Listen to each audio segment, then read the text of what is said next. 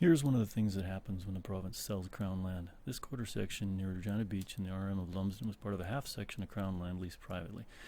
Not pristine native grassland by any means, but it's a naturalized piece of prairie that may have been plowed in homesteading days a long time ago.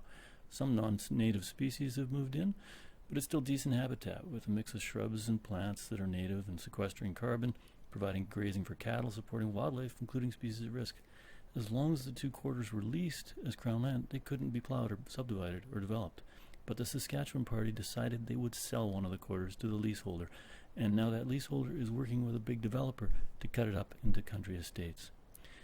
You can see the earth movers here working on the horizon in this video clip, contouring the land, stripping off native cover, making roads. And here is what it's going to look like soon. The natural vegetation gone, replaced by roads and long driveways, flanked by carpets of lawn grass. The landowner and developer will fill their bank accounts, and a few wealthy people will get to live their country estate dreams. The rest of us lose another piece of publicly owned prairie, a place where meadowlarks, hawks, and crocuses thrive, a place storing carbon, providing flood and drought protection, a place where, at least in theory, Indigenous people could have access to their traditional lands under treaty. This is the death by 1,000 cuts that Saskatchewan's prairie grasslands and wetlands are experiencing. Landowners and municipalities cashing in on rural acreage development schemes, farmers draining wetlands and pushing bush to get a few more acres and simplified landscapes for their auto-steer systems.